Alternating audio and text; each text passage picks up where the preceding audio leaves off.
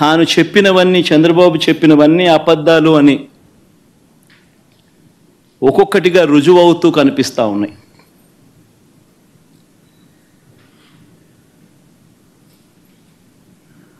ఆ కనిపించే నేపథ్యంలో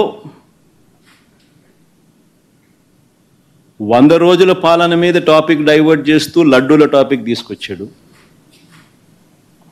ఆ లడ్డూల టాపిక్లో చంద్రబాబు నాయుడు అడ్డగోలుగా తప్పు చేసి గుడి పవిత్రతను దెబ్బతీస్తూ అడ్డగోలుగా దొరికిపోయేసరికి మళ్ళీ ఈ టాపిక్ను డైవర్ట్ చేసేందుకు, లడ్డూల టాపిక్ను డైవర్ట్ చేసేందుకు కొత్తగా ఇప్పుడు డిక్లరేషన్ టాపిక్ తీసుకొచ్చి మళ్ళీ అది ఇంకొక రాజకీయం చేస్తూ ఉన్నారు.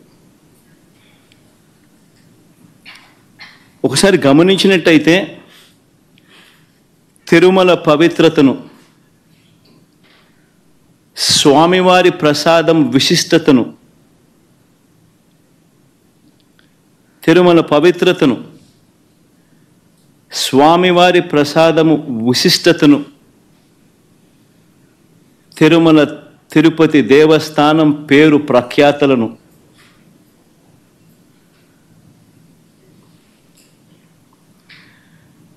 రాజకీయ దుర్బుద్ధితో, ఐ రిపీట్ దిస్ వర్డ్, రాజకీయ దుర్బుద్ధితో,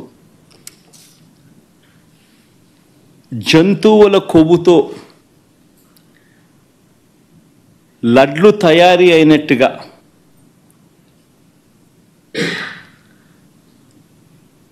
ఒక జరగని విషయాన్ని జరిగినట్టుగా, ఒక జరగని విషయాన్ని జరిగినట్టుగా ఆ కల్తీ ప్రసాదాన్ని భక్తులు తిన్నట్టుగా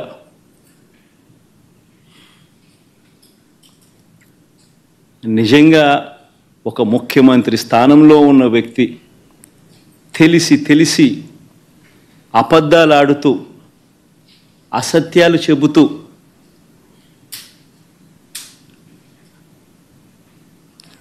స్వామివారి పేరు ప్రఖ్యాతలను, లడ్డు, తిరుపతి లడ్డు విశిష్టతను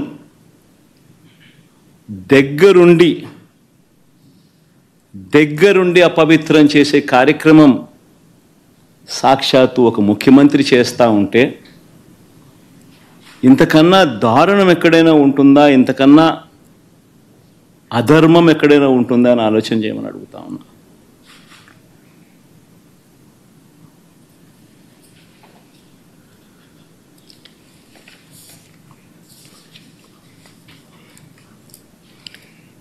ఒకసారి వీటికి సంబంధించిన విషయాలు మరొక్కసారి పునరుద్ఘాటిస్తా.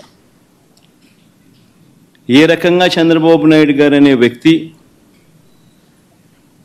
ఏ రకంగా తాను అబద్ధాలు చెబుతూ అబద్ధాలకు ఏ రకంగా తాను రెక్కలు కట్టాడు అన్న విషయాలను మరొక్కసారి మీ అందరికీ కూడా ఆధారాలతో సహా చూపిస్తా. రాష్ట్ర ప్రజలందరికీ కూడా, రాష్ట్ర ప్రజలేగా దేశ ప్రజలందరూ కూడా ఈ దారుణాన్ని ఒకసారి చూడమని చెప్పి విజ్ఞప్తి చేస్తా ఉన్నా. ఒకసారి గమనించినట్టయితే మామూలుగా ఈ టెండర్ల ప్రక్రియ, మామూలుగా ఈ తిరుపతి లడ్డుకు సంబంధించిన ఇవి కొనుగోలు చేసే నెయ్యి